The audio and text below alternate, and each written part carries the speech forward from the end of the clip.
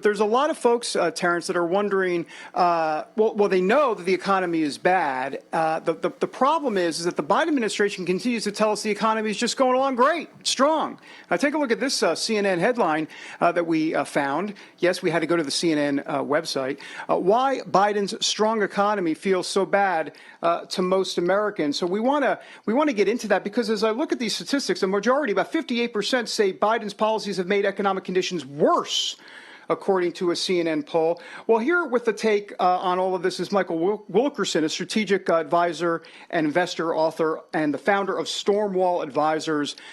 Michael, good to have you here. So what's going on here? We hear from the Biden administration that the numbers look great, and Americans go, "You're kidding me, right? I just went to the grocery store and I went out to Red Lobster." David, thank you. Americans aren't fooled by the government statistics. They feel the reality, the pain at the pump. If you look back over 3 years, gas is up over 70%, electricity over 25%, food over 20%. This is the reality. This is what Americans live with. All of the so-called disinflation coming down from 9% last June, a year ago, to 3% this year, it was all about gas prices, oil prices, I should say, going down. Well, now they're going back up, and with them will come inflation again, going back up where it was before. Yeah, before I want to get to inflation in a moment, but I also want to talk about unemployment. I am sick and tired of the Biden administration continuing to tout these unemployment numbers. I think it's at 3.5% or so now. It was at 6.3% when he came into office. Hey, Joe and Biden administration, it was 6.3% because we were in COVID. We were starting to come out of COVID. People were starting to then open up their doors. And yet the Biden administration is taking credit for some great policies on their part. No, it was just part of the natural process that was going on post-COVID. How do you see it? Well, I see two things. One, the reopening that you just described coming out of lockdowns was a natural effect.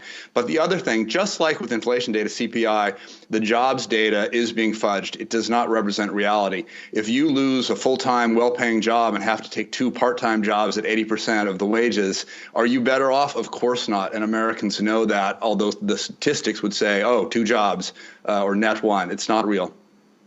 Yeah, and speaking of statistics, let's go back to inflation. 18%, according to statistics that we see, 18% prices are up, food prices are up since 2019, since the Trump administration and also pre-COVID too. And that seems to be the biggest part of the disconnect here as to why the Biden administration can tout some numbers, but the numbers are not jiving with the reality when people walk into the grocery store or honestly gas and many other items. 70% of all food in this country is distributed by truck. Those trucks are fueled by diesel, fueled by gas, whatever it may be. So when you see over that same period of time, since 2000, energy prices, oil prices up 80 some percent, gas up 70% at the pump, the natural knock-on consequences, it affects everything. The food that we eat, the power to drive the electricity to our homes, all of this is being driven by the energy markets, which in turn has been impacted by geopolitical events, the sanctions regime that has driven prices up. And of course, Biden has tried to address this by draining our strategic petroleum reserve, our lifeline in the event of an actual national emergency.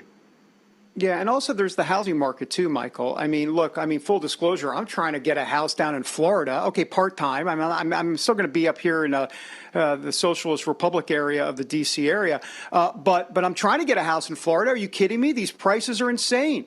And it's 7.5% interest rate. So I'm just looking everywhere you turn, whether it be the housing market, gas, inflation, the job numbers that you talked about. This seems to be the disconnect. I've got about 30 seconds or so.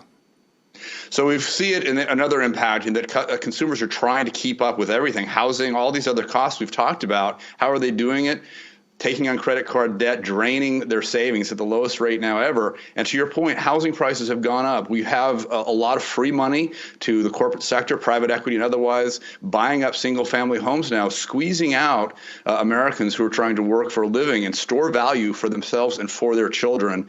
And this is part of the problem. Michael Wilkerson, thanks for being here. Really appreciate it. And you did that answer in 28 seconds, which is very impressive. We TV official personalities like that. All right, time for